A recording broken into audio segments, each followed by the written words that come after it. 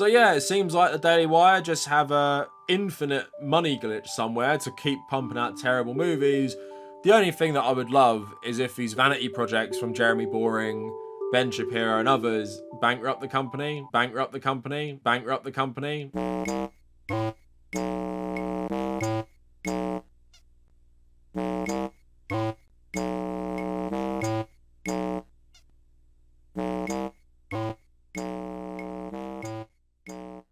So it's been a popular saying in conservative media for a long, long time that if you go woke, you go broke. But could it actually be the opposite? Could it be if you start producing anti-woke alternatives to woke media, you might actually bankrupt your company? Now, that is the speculation around the Daily Wire, obviously co-founded by Ben Shapiro, who is the face of the Daily Wire. But there have been reports recently that they might have laid off 25% of their workforce, and there is evidence that a lot of people are being laid off, mainly in regards to their entertainment division. So, if you guys are unaware, they make full-length movies, and they also make kids' entertainment as well. But seemingly, a lot of the people who work on the animated stuff have been cut, and also we've seen people like Brett Cooper, at the very least, not had their contract renewed, maybe pushed out. There's a lot of speculation around that still. But I wanted to talk about this today because I probably already showed you it. I was questioning, this is like in October 2023, where the fuck does all this money come from? In 2023, they're offering Steven Crowder, who is already washed up right now, like look at his YouTube views. They were offering him $50 million for a 4-year contract. And he rejected it, of course. But then everyone was like, 50 million for 4 years? Is he like a professional athlete or something? And then, of course, when we were seeing all these trailers for like an anti-woke Snow White, a King Arthur TV series, on top of them having this massive like YouTube, I wouldn't call it empire, but sizable YouTube footprint, people were all wondering like who was funding this. Now, of course, groups like the Daily Wire do have a lot of conservative millionaire/billionaire funding. At the same time, it did seem like it was overextending what it was trying to do. And they've released like alternative chocolate products and other anti-woke gimmicks. And you're all wondering like, surely this isn't all sustainable. And especially the movie thing, because I kept thinking when these movies were direct to streaming on their own streaming platform, I'm not too sure about like the economics of, you know, releasing a movie on a streaming platform and how much that boosts subscriptions and stuff.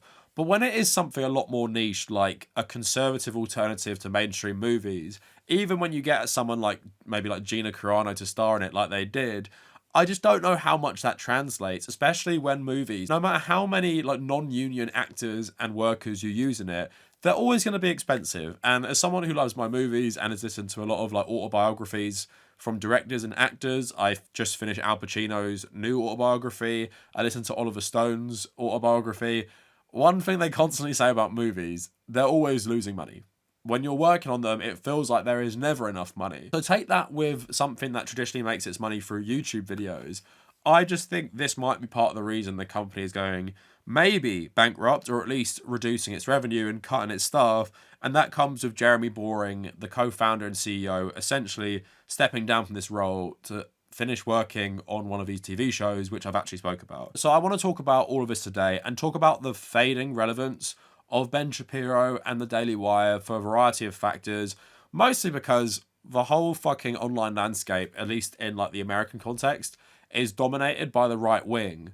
So why would you even bother going to the Daily Wire specifically, especially now more like Gen Z men are conservative and just don't so much vibe with the boring personalities at the Daily Wire? So all of that coming up for you today. If you want to support my work, check out my Patreon or check out YouTube memberships and follow me on social media at the Kavernacle on Blue Sky and on Instagram. So basically, you might have seen this headline going around as evidence that the Daily Wire is going bankrupt. That's not what it seems like with Jeremy Boring stepping down, but it does seem like it's kind of hiding something a bit more serious. So this article says, Jeremy Boring steps down as Daily Wire co-CEO to lead creative projects. So a guy called Caleb Robinson will take over his role, and he will now dedicate his time to developing the company's entertainment projects. His primary focus will be directing and producing the Pendragon Cycle, a TV series under the Daily Wire's growing content division. So I've actually covered this in a video before, and he actually did this before. Like, he stepped away from the day-to-day running of the Daily Wire to focus more on this TV show. But this was in October 2023, so nearly like a year and a half ago. He said this, and there is footage of him working on this, like actual footage of him on the sets, on these battle scenes. 140 unit production days, 70 days on the calendar. And I know that everybody had a different journey that brought him here. For me, it started over 25 years ago. I was sitting in a little rundown apartment in North Hollywood. Didn't even know what rights were, but I knew that the books, The Pendragon Cycle by Stephen Lawhead, had really impacted me. And here we all stand once again with this beautiful work in our hands and the opportunity to bring it to life. Let's make a movie. Yay! Woo!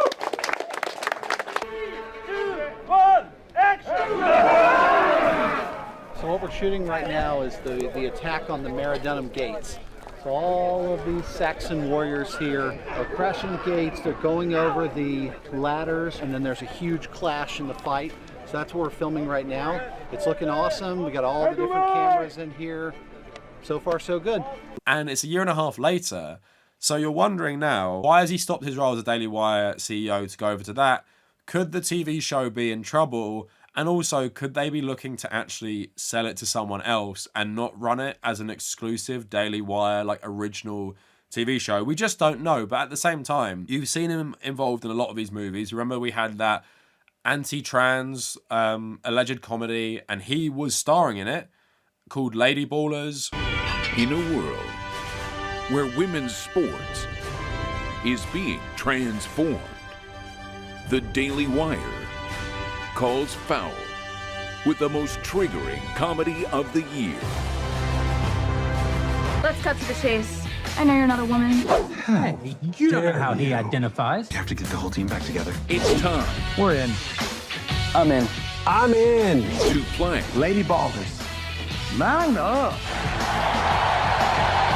Like a girl. As I expressed back in October 2023, I do not understand where this money is coming from to develop all of these projects while simultaneously running a massive media operation on YouTube and on your own, like, streaming platforms, and paying like huge salaries to like Ben Shapiro, Jordan Peterson, maybe even some of the other hosts are getting big salaries. Do they actually justify their salaries? Does Jordan Peterson actually bring in enough revenue to this company? Does Ben Shapiro even anymore? I actually kind of doubt it when you check out the YouTube views. So him stepping away to finish this TV show, I'm speculating here, of course, but it feels like this might be a Hail Mary, where they're like, go finish that TV show and let's try and sell it to someone if it's any good, which could be what they're trying to do. And a year and a half later from filming, very, very likely they are in the editing stage and maybe the reshoot stage. So in that, I don't think it's going very well. The fact that there is no news on an imminent release date for anything to do with this show does make me very, very skeptical. Obviously, following this news, what also happened was more speculation about the financial state of the Daily Wire, and that was due to layoffs. So James Lee, who works at Breaking Points, he posted this on Twitter, which seems to be like on the right path, at least from other tweets that have been posted from ex-Daily Wire employees. But he writes, "Scoop, the implosion at the Daily Wire is accelerating. What started with Jeremy Boring stepping down has now spiraled into mass layoffs and another firing of a senior executive, Alyssa Cordova, the Vice President of Public Relations. Here's the juicy details. The Daily Wire just fired Alyssa Cordova, their VP of Public Relations, and according to sources, she was Jeremy's minion. One was responsible for crafting the company's aggressive and paranoid media strategy. She allegedly stalked former employees online, kept folders of clip videos of their enemies, helped wage internal vendettas under the guise of PR. One source, the disaster of their PR strategy over the last year was cooked up between Jeremy and Alyssa. So mass layoffs, the Daily Wire is also shuttering its kids division entirely, roughly a quarter of the company. And internally, people are furious. One source put it bluntly, if they let Jeremy go a long time ago, many people would still have jobs, everyone knows it. With a quarter of the company gone and its core leadership in flames, the big question now is what happens to the people still there. So a Daily Wire spokesman told Will Sommer about the layoffs, as part of our ongoing plan to better align resources with business priorities and growth areas, the Daily Wire has made the decision to streamline and in some cases reduce some of our workforce. This decision was based on business needs and operational efficiencies. We are deeply grateful to our impacted employees for their contributions and are providing them with severance and career transition support. Our focus remains on delivering the highest quality content and experiences to our subscribers while ensuring the long-term success of the business. Now, a Substack called Fandom Pulse by John F. Trent actually had some of the receipts for this. Breitbart reported that Kevin McCreary, the lead video editor at the Daily Wire's kid department, had been laid off, and he wrote before deleting it, "The Daily Wire just laid off its entire kids department, including myself, so I'm free to work if you've got anything for me." Another Daily Wire employee said, "Got the call today, my time at the Daily Wire and Bent Key has come to an end. I wish we could have created so much more, but I was treated very generously by them and will be forever grateful. It's scary not having the regular paycheck and security of a staff job, but I'm excited to reacquire the fire that joblessness puts under my arse. It always leads to bigger and better things, and I'm thankful for this period of my life." One more person quote tweeting this saying, "Same for me, but getting to co-create a show, act as head writer, write on another show, and develop a different show of my own, and help get the streaming service off the ground was a wild ride that I'm incredibly grateful for. I'd do it all again." So of course it goes without saying, there is no union movement within the Daily Wire. And my very hot take is I generally obviously stand with workers wherever they are, support unions wherever they are. Pumping out fash propaganda for a fascist media company, I mean, I'm not too sad that these people lost their jobs, and no one is really going to tell me, you have to work at these companies. It's the same with lots of media in the UK. So many people justify working for the Sun or the Mail, and I'm just like, I don't care. I don't care about you workers. There's a few groups of workers actually that I don't actually consider workers. I know we had that debate one time by the MAGA communists saying that people who work at Netflix in lower roles weren't workers. I disagree with that. But generally I think estate agents, middle managers at corporate companies, and people who work for terrible fascist media companies do not count as workers. And I don't really feel too much sympathy for them. But I will say I have made a whole video about how the Daily Wire actually treats its employees like absolute shit, on top of them doing work that generally harms society as well. Now, Glassdoor is a review site, and you're meant to, have actually worked there. 2-star, don't be fooled, stay away. So pros, the company snacks and lunches are alright, but above all else, the biggest perk to working here is the people you get to meet. Cons, they want you to feel like you can be fired at any minute, and you can. Every week we have several new people starting their employment here, but every week we also see a handful of people let go.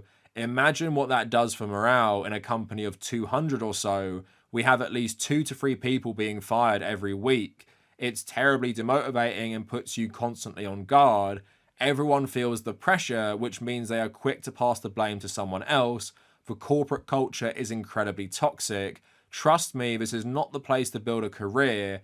Even if you are lucky enough to get a job here, the minute you start in your role, it will be like a game of hot potato. Your days are numbered. The only question is, will you leave voluntarily before they fire you?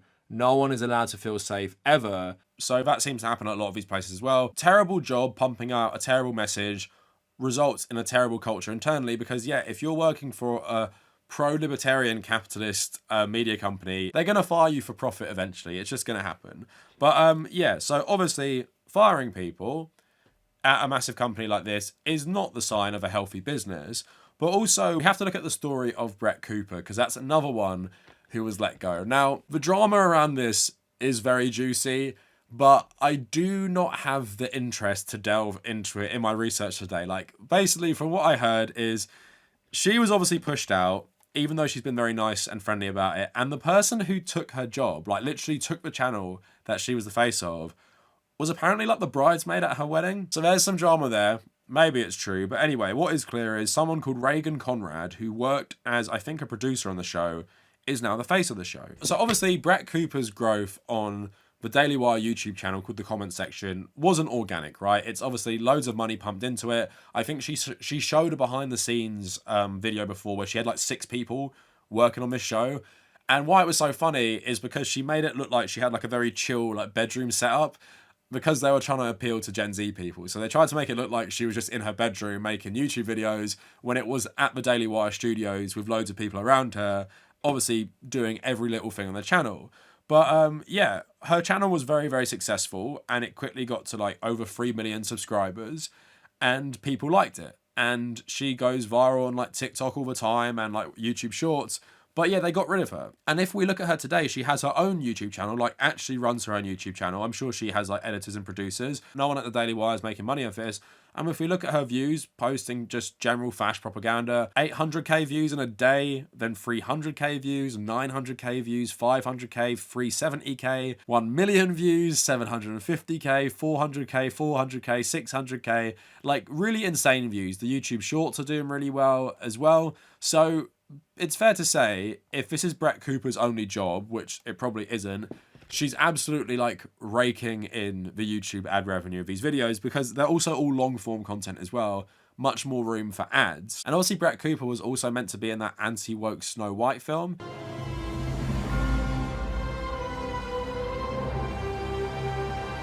I don't know if that was just a marketing stunt at the time, but it seemed like it might have been a legit thing that has been canned as well, probably for budget reasons, and maybe she was actually canned because of something to do with this movie as well. But what the Daily Wire have essentially done here is get rid of someone who actually brought them in consistent revenue and was actually rising, like the growth was pretty insane, and they've replaced her with someone who gets worse views than me. So this Reagan Conrad person, who now is on the comment section, like look at the views, especially think in terms of the comparison to Brett Cooper's. So 21k views in a day, 35k views in a day, 22k views in a day, 23k, 18k, damn, 48k, 24, 22, 32, 22, 26, 22, 20, 17, 30, 58.